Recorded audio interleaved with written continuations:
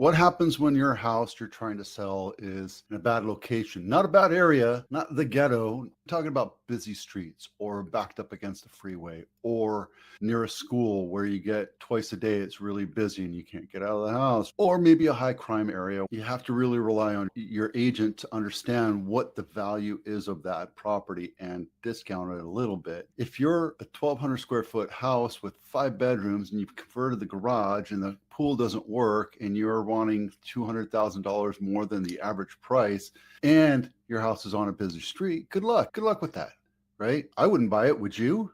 That's what I always show the sellers. Would you buy this house? I understand, but would you buy it for this price knowing you can get the same house in better condition away from that busy street or that school or whatever for the same price or a little bit more? Which one would you choose? Then they get pissed off at me because I'm just knocking some common sense into them, right? I'm not trying to be an ass here, but understand that if your house is on a busy street, you're functionally obsolete compared to your competition. And if you're buying a house, put it this way, you have the Michael Jordans, you have all these other kicks. And if you had a brand new pair of kicks and you had some fancy ones that were 5 years old and a little bit used and had a hole in it, which one would you rather buy? Take a Corolla or a Honda Accord and one has been totaled out. It's called salvage title. And you have another one. They're both 1996. They're both 200,000 miles. They both have the same engine, the same trim and everything else, but that one's a salvage title. Are you willing to pay the same amount for that car with the salvage title? You can't. You wouldn't unless you get duped.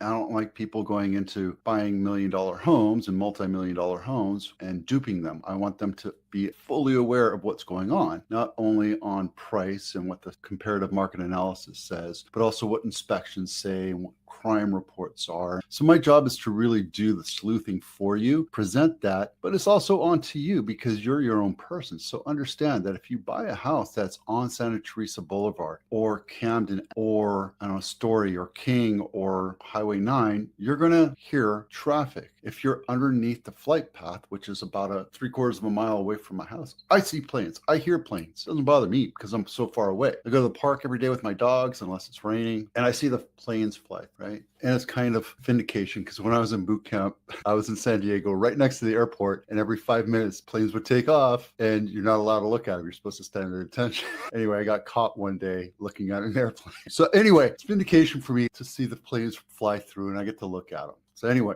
if you're under the flight path, your windows are going to rattle. Your doors are going to rattle. Every time a plane flies over that's too low, it's just something you have to deal with. You get used to it, but are you willing to pay for it? Would you pay more for a house down the street that's not right directly underneath the flight path? So how do you fix that? You got to lower the price, lower your expectations. You have to attract the market and you have to know what audience is out there. And there are people out there that are willing to buy a house underneath the flight path or on a busy street for the right number. It doesn't matter how much you fix up your house and make it look pretty, especially when you're at $1 million. If you're on a busy street and you have to deal with motorcycles and drag racers and all that stuff, some people might get motivated to buy that. Some people just don't care. Anyway, there you go. Be realistic with the price. Should you upgrade your home? Yeah, you can. I wouldn't put a new kitchen in your house. Try to get the ROI out of it. Maybe to attract more people, I would definitely fix anything that's major, that's an eyesore, that's an indicator of lack of maintenance. Worry about price and get that thing sold. I have a bunch of offers. I'm still weeding through them right now in the house that I listed. Went through Super Bowl weekend, still a busy weekend for us. We're getting multiple offers and we're already over 10% list price. We attracted the audience. We made that house pretty. We invested in staging and getting things repaired, and it took a long time. And then we did nice photos, and now we're getting to enjoy the fruits of the labor. It's not on a busy street, but it was right off of Chinawith where they had a bunch of parked there, and we got that removed.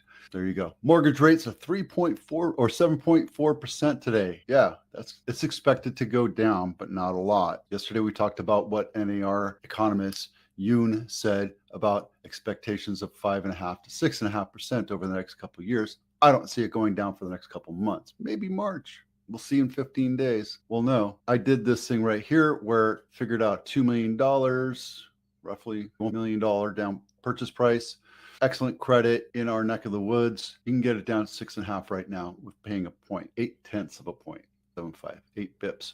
You're absolutely welcome to try that, right? It's not infeasible to buy your points down to 5.5%. The balancing act is how much are you going to put into it and what's the ROI on that? Are you going to just stay in it 2-3 years, or are you going to stay in it 5 to 7 years, 10 years? Are you going to pay it off? If you're going to pay it off, you would want that. If you want the tax deduction, then you would figure that out. It really depends on where you want to be. But 6.5%, that's not bad. And don't go with these guys because nobody likes, real estate agents don't like to work with these big, huge national companies. We want local lenders, even a local loan officer at a national bank, because these guys are just, they love to delay things. Just keep that in mind. All right, what you get for $2 million in Santa Clara County, you can get 5 acres, 3-bedroom, 2-bath in Morgan Hill. And this is right off of Hale Ave, halfway between San Jose and Morgan Hill.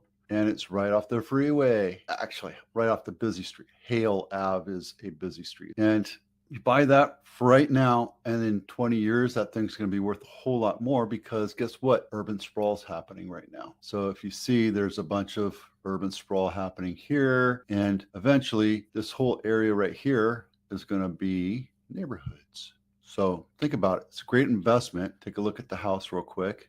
Nice little ranch house, pretty basic.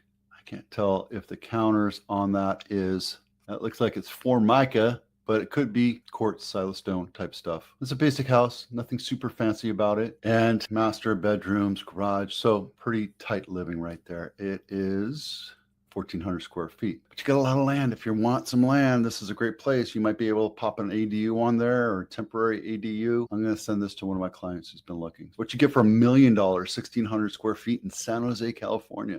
Not my listing, 5-bedroom, 2 full bath, built in 1961. And this is right by Los Lagos Golf Course. This isn't a bad area, to be honest with you, but this looks like it's been a Winchester Mystery House addition. I'd like to see if they actually have a floor plan. No floor plan, and it's a cement backyard as far as what I can see, except for right there. So might be a good option, but it's not a very pretty house. You can take that same idea and redo this, reset the elevation and make it look pretty, action going on there, and then make it look nice. You can absolutely make it look nice, but would you? Because areas not as sought after. Okay, nothing's changed. I haven't done any numbers. This is still numbers from January. We haven't actually seen numbers from February because it hasn't ended yet, but I can tell you that we're still under the 6-month mark to make it a buyer's market. Supply has been an issue for us for a very long time. We have 770 single family houses for sale in Santa Clara County.